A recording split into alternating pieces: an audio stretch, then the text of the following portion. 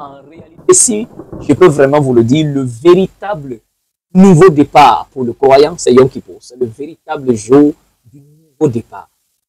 Et c'est très important. Parce que quand une personne décide dans ce jour-là de confesser ses fautes, ses péchés, décider de devenir une nouvelle personne, c'est là que la grande décision arrive de changer ou de ne pas changer. La grande décision arrive aujourd'hui. Changer ou ne pas changer. Aujourd'hui, je décide d'avoir une nouvelle vie ou de continuer dans l'ancienne vie que je mène. C'est comme ça.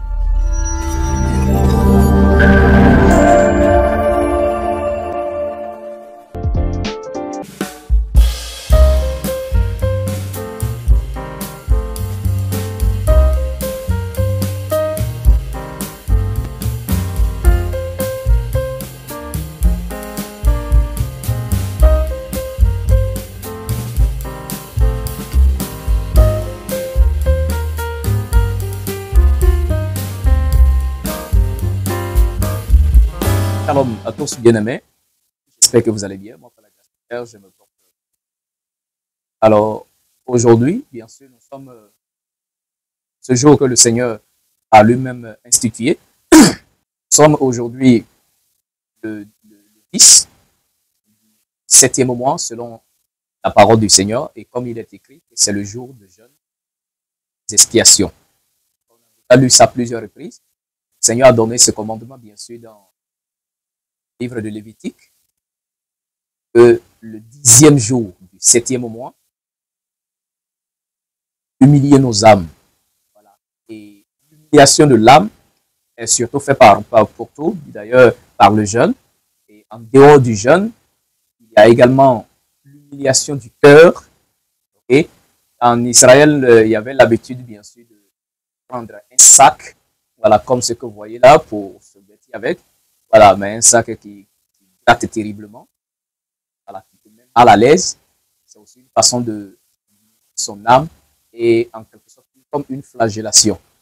Mais à l'époque, il arrivait à un temps où ceux qui étaient tombés dans l'hypocrisie ou bien de la martyre vue arrivaient comme ça à s'habiller, à porter le sac, à déchirer leurs vêtements, à prendre bien sûr la poussière ou la cendre bien sûr, jeter sur sa tête, pleurer. Voilà, tout ça, mais pourtant, au fond du cœur, il y avait toujours les péchés qui étaient là et n'étaient pas prêts, bien sûr, à renoncer à leurs fautes et leurs péchés. Alors, nous sommes aujourd'hui en ce jour de jeûne. Pourquoi le Seigneur a institué un jour de jeûne obligatoire dans les églises? Ce jour de jeûne que nous devons observer, on appelle le mot Yom Kippour. Le mot Kippour signifie faire expiation. D'accord? Faire l'expiation, surtout des fautes et des erreurs. Et Yom Kippour, le mot Kippour vient de la racine kafar en hébreu. Et cette racine kafar en hébreu signifie également ouvrir. Le mot kafar également en hébreu signifie ouvrir. Alors vous voyez par là que c'est le jour où il y a le Seigneur en réalité couvre nos péchés, c'est-à-dire il balaye, il met ça quelque part et il envoie ça très loin de nous parce qu'il va nous expier. Alors c'est le jour de l'humiliation, un jour d'humilité bien sûr. Alors, le but est de confesser ses péchés. Okay? C'est les péchés. Dans le livre de Proverbes, il est écrit, quiconque cache ses transgressions ne prospère pas. Celui qui les avoue et les délaisse, la personne obtient miséricorde. D'abord, il faut confesser les péchés. Et après, il faut les délaisser. Il faut abandonner ces péchés-là et venir bien sûr à l'Éternel de tout cœur. C'est dans cela que nous parlons de la conversion et la teshuva. Teshuva, c'est le fait de revenir de ses mauvaises voies. Le Seigneur dit dans le livre d'Ézéchiel, quand il disait que si le méchant se détourne de sa méchanceté et qu'il vienne à moi et qu'il pratique mes commandements, il vivra à cause de la justice qu'il pratique. Est-ce que mon désir est que le méchant meure dans son péché? Il dit non, mais mon désir est que le méchant puisse se convertir et de voir. Voici là l'opportunité. Alors précisément, mes bien-aimés, dans cet enseignement, ou dans ce petit entretien, je vous parlerai de la repentance, okay, suite aux Saintes Écritures. Parce que ce jour précis nous parle de la repentance. Alors, c'est ce qui est important. Alors maintenant, comment faire une repentance? Comment faire une repentance sincère, véritable devant Dieu. Comment faire? Vous savez, souvent il y a des personnes qui veulent se repentir, ils pensent que venir au Seigneur, pardonne-moi pour les péchés. Aie pitié de moi, accorde-moi. Ce n'est pas de venir devant Dieu et dire Seigneur, pardonne. Donc alors nous allons aller dans l'épée justicière pour essayer de voir un peu c'est quoi la réconciliation. Nous sommes dans l'épée justicière, le chapitre 121. Alors, et je commencerai au verset 40, il est écrit, ô maître, l'un des disciples, si tes disciples se font demander comment faire pénitence, que devons-nous répondre? Alors, voici la question. L'un des disciples dit au Mashiach, maître, dis-nous, lorsqu'on pose des questions à tes disciples en demandant, c'est pas la pénitence et puis comment faire pénitence? Il a dit, lorsqu'un homme veut retrouver un sac qu'il a perdu, cherche-t-il d'un œil ou prendre que de sa main ou demander avec sa langue? Donc le Mashiach a dit, si quelqu'un perd son sac et il veut retrouver son sac, est-ce que cette personne-là va commencer tout simplement à chercher le sac avec un œil? Ou soit la personne va chercher le sac en s'arrêtant pour demander où est mon sac? Qui a pris mon sac? Est-ce que c'est comme ça la personne va faire? Ou soit tout simplement la personne va rester là, où est mon sac? Où est mon sac? C'est pas comme ça. Mais qu'est-ce qu'il fait? Et il dit, mais pour le retrouver, il retourne tout son corps et utilise toute sa force et son âme, n'est-ce pas? Donc, il pose la question. La personne, pour retrouver le sac, qu'est-ce qu'il fait? La personne va aller et va tourner, soulever les affaires pour voir, se courber, peut-être se mettre à genoux pour regarder en bas des tables pour voir vraiment si véritablement son sac n'y est pas. Donc, alors c'est dans ce contexte-là, le Mashiach a dit, la pénitence est contraire à la mauvaise vie. D'accord? Tous les sens doivent revulser contre le fait de pécher. Donc, le Mashiach a dit, la repentance, c'est le contraire de la mauvaise vie. Ça, la teshuva, c'est la repentance. C'est le fait, en réalité, de vivre de façon contraire à la vie de péché. Et le Mashiach commence comme ça à donner des détails. Il dit, alors, s'endeuiller plutôt que de fêter. Celui qui commet un péché. Il dit, mais attention, il faut s'endeuiller plutôt que de fêter. Et vous pouvez voir souvent quelqu'un, il commet l'adultère, il commet le péché, et puis la personne vient, il fait comme s'il n'avait rien fait, comme s'il n'y avait vraiment pas de mal, comme s'il n'y avait vraiment pas de péché, puis il est là, il rit, il est content, il danse, il écoute la musique, il fait comme s'il n'y avait rien. Pourtant, il vient de commettre un péché. Donc la pénitence veut que tu t'endeuilles au lieu de fêter. Il continue et agir plutôt que rire. Agir plutôt que rire, c'est-à-dire la pénitence, c'est que tu viens, oh Seigneur, pardonne-moi, j'ai péché. Ça te fait tellement mal, tu pleures au fond de ton âme. Ton âme gémit à l'intérieur de toi pour le péché que tu as commis. Et il dit, alors il faut pleurer plutôt que de rire. Combien de personnes aujourd'hui arrivent à pleurer sur leur péché? Combien de personnes, comment est-ce qu'il peut arriver que tu es en train de te repentir et à tel point que tu éclates en sanglots, tu commences à pleurer. Une tristesse vient sur toi pour le péché. C'est ce qui prouve que c'est une bonne réponse. Celui qui vient au Seigneur, pardonne-moi, et puis, c'est pas la réponse. Hein? D'accord? Et il continue pour dire, se contenir plutôt que de convoiter. Quelqu'un qui est dans le péché de convoiter. D'accord? Quelqu'un qui est dans le péché de convoiter, il convoite tout ce qu'il peut. Donc cette personne-là, pour trouver la pénitence, la personne doit tout simplement, désormais, résister, se contenir. Au lieu de commettre le péché de convoitise, la personne se retire. C'est très important. Et il continue pour dire, alors, priez plutôt que bavarder. Priez plutôt que bavarder, surtout en ce jour de jeûne, en ce jour d'humiliation et d'humilité de l'âme, en ce jour de Yom Kippur. Vous pourrez voir des personnes qui sont assis en train de bavarder, parler d'autre chose, au lieu d'être là, prier, à refouiller leur vie, pour demander pardon au Seigneur pour tous les mal qu'ils ont commis. Mais tu verras cette personne en train de bavarder, en train de parler des choses qui n'ont rien à voir avec la pénitence, bien sûr. Il est tellement qu'il ne regrette pas son péché. Ce jour est un jour très important, ce Yom Kippur. En réalité, on a le début de l'année, le premier jour de l'année, ainsi de suite. Mais en réalité, si je peux vraiment vous le dire, le véritable nouveau départ pour le croyant, c'est Yom Kippur. C'est le véritable jour du nouveau départ. Et c'est très important. Parce que quand une personne décide dans ce jour-là de confesser ses fautes, ses péchés, décider de devenir une nouvelle personne, c'est là que la grande décision arrive de changer ou de ne pas changer. La grande décision arrive aujourd'hui. Changer ou ne pas changer. Aujourd'hui, je décide d'avoir une nouvelle vie ou de continuer dans l'ancienne vie que je mène. C'est comme ça.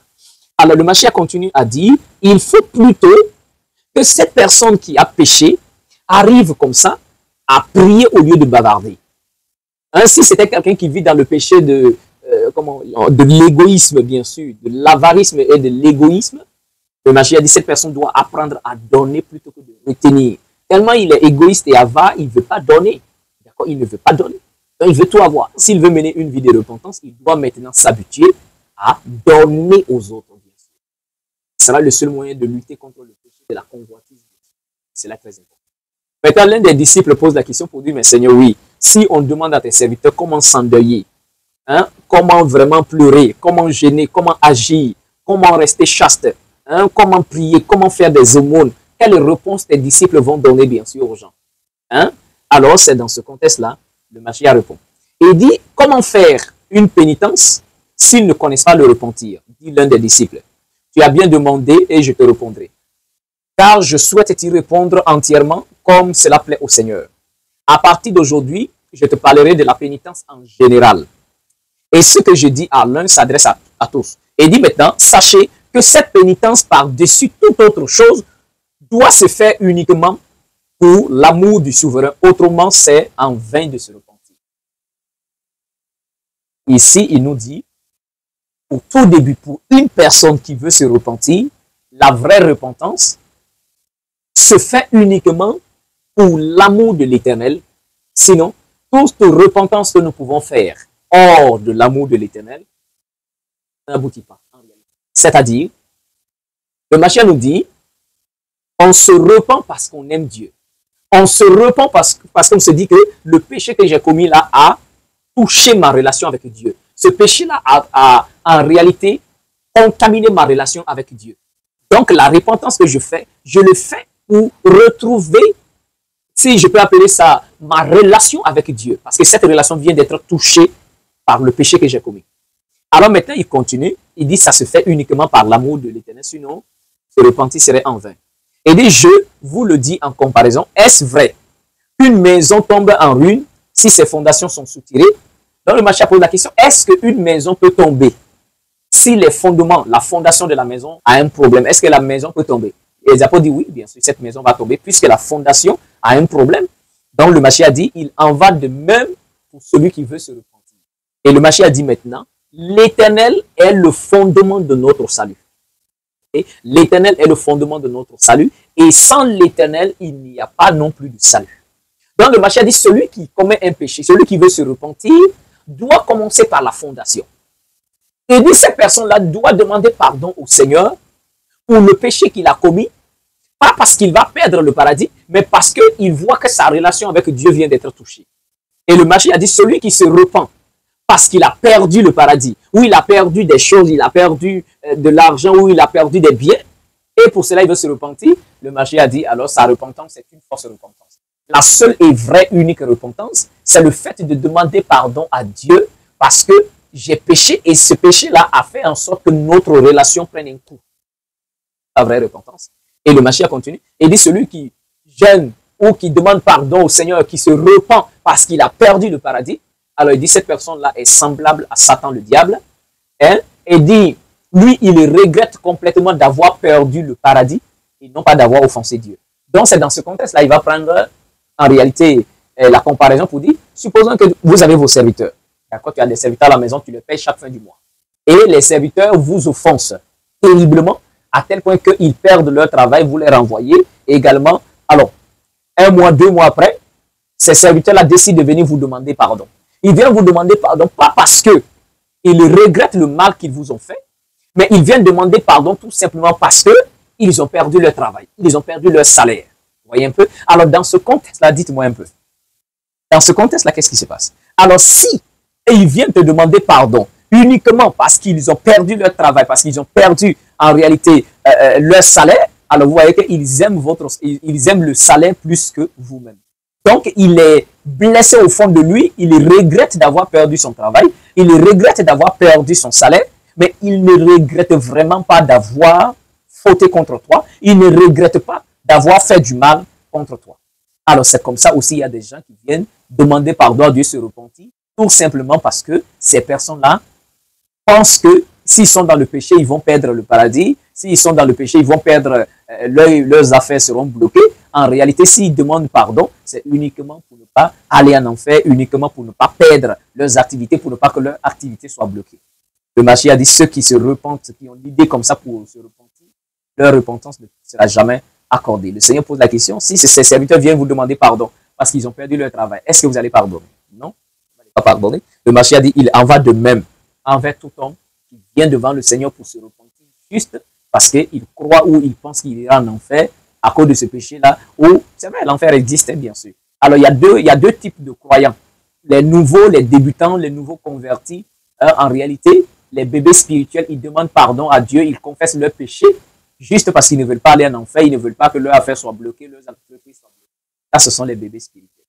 Et ceux qui sont matures spirituellement, qui ont grandi spirituellement, ceux-là, ils vivent leur relation avec Dieu, pas parce qu'ils ont perdu quelque chose, mais ils peuvent obtenir quelque chose. Ils demandent pardon à Dieu pour le péché qu'ils commettent, pas parce qu'ils vont aller en enfer, mais parce qu'ils se disent que à cause de ce péché-là, ma relation vient d'être touchée. J'ai fait le mal, j'ai blessé le cœur de mon Dieu.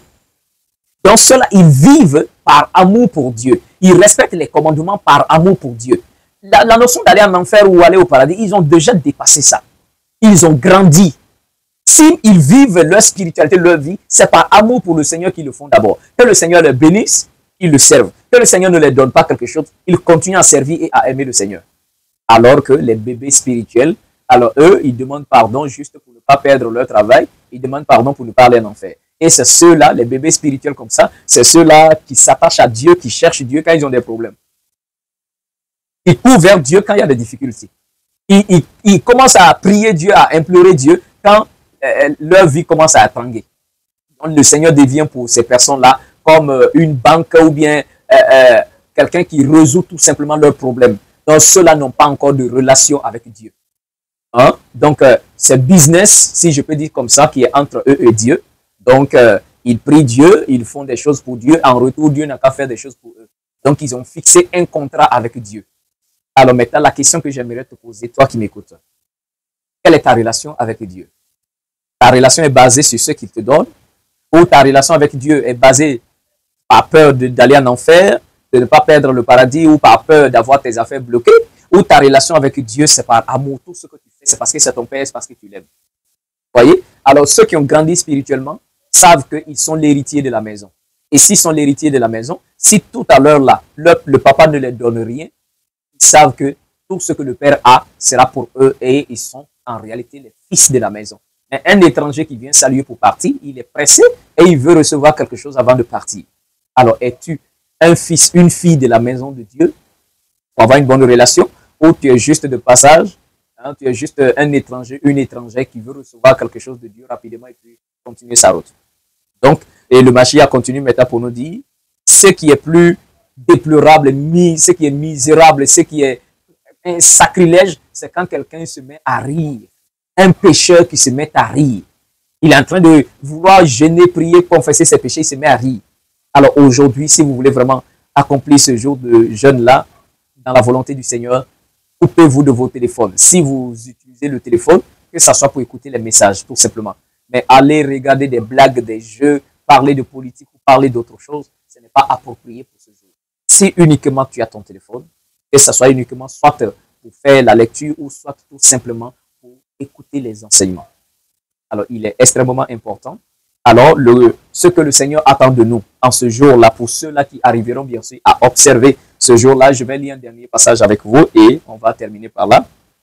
C'est le livre d'Osée, Osée le chapitre 10, à partir du verset 12. Ok, je vais lire seulement que ce verset et vous prendrez le temps de méditer dessus. Il est écrit, s'aimer pour la justice. En tant qu'éterniste déjà, vous savez que nous avons Tzedakal, le Dieu de la justice. Notre Dieu est le Dieu de la justice. Et il nous demande de s'aimer pour la justice. Et dit, et vous moissonnerez le fruit de la bonté ou le fruit de la miséricorde, bien sûr. Défrichez-vous un champ nouveau. Et voici qu'il est temps de se tourner vers l'Éternel, en attendant qu'il vienne et qu'il fasse pleuvoir la justice pour vous. Donc le verset dit, alors il faut premièrement s'aimer pour la justice. S'aimer la justice. S'aimer la justice. Hein? C'est-à-dire la justice est une sémence qui doit être dans ta vie, que tu dois s'aimer. Et le verset continue pour dire, défrichez-vous un champ nouveau. C'est pour dire que c'est un nouveau départ. Aujourd'hui est l'opportunité et cette grâce-là d'avoir un nouveau départ aujourd'hui.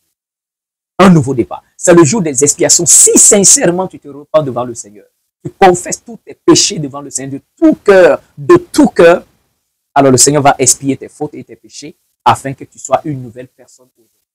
Et désormais, tu pourras entamer une nouvelle. C'est très important. Défrichez-vous un champ nouveau. Et le verset dit, car il est temps de se tourner vers Dieu. Chercher l'Éternel jusqu'à ce qu'il vienne déverser sur nous, bien sûr, hein, fait pleuvoir sur nous la justice. C'est sur ces mots que je vais vous laisser en ce jour. Il est temps, il est important, mais bien aimé, de pouvoir chercher à être une nouvelle personne. Quelle personne veux-tu être? Quelle nouvelle personne veux-tu être? Savoir qui tu es et sa grâce. Si on vous accorde sa grâce. En ce jour de deuil, nous sommes en deuil à cause de nos péchés. Car il est écrit, le salaire du péché, c'est la mort. Le salaire du péché, c'est la mort. Et le don gratuit, c'est la vie éternelle qui se trouve dans le messager. Sans créateur en ce jour. Je veux m'adresser, comme ta parole déclare, dans le 7e ciel, que tous ces esprits se tiennent devant toi. Oui, maître des cieux, ayant de l'ascensoir, pour demander pardon pour les péchés que commettent les justes, soit par ignorance ou par oubli. Seigneur, je prie en faveur des éternistes. Que ce soit dans nos communautés, au Canada, ici en Côte d'Ivoire, oui, que ce soit au Gabon, que ce soit au Burkina, que ce soit en France, dans n'importe quel endroit du monde, souviens-toi des éternistes. Seigneur, par ta bonté, j'implore ta miséricorde. La grâce, tu accordes à chacun, ô Seigneur, ta miséricorde. Pardonne-nous et purifie. Que ton nom soit glorifié maintenant et à jamais. Et que ton nom soit exalté. C'est au puissant, au nom des ancêtres, au nom des saints prophètes de l'Éternel.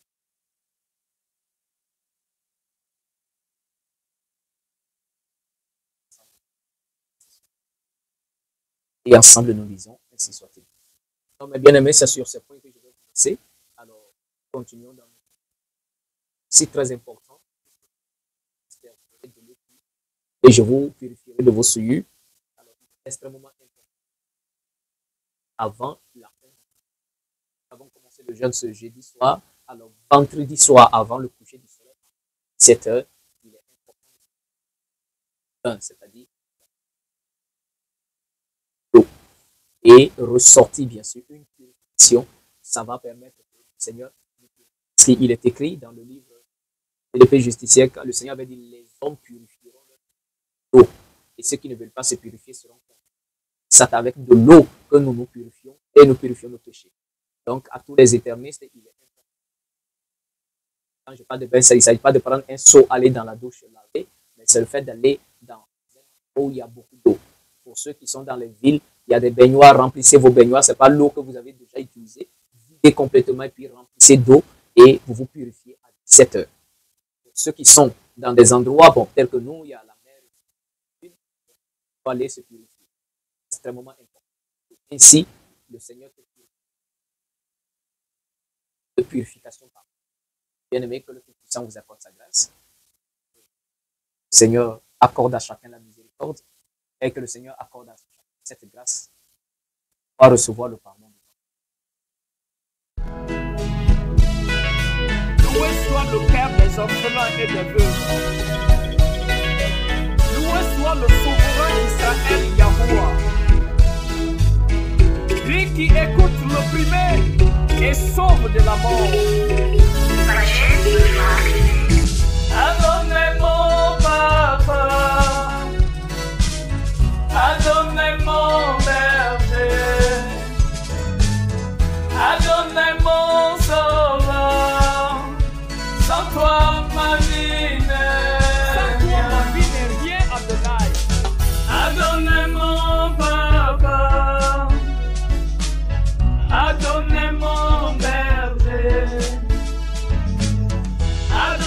mon sauveur, sans toi ma vie est rien. Loué soit le nom du Père, glorifié soit le nom de Yahuwah de génération en génération. Éternellement rocher, tu es ma forteresse, tu es mon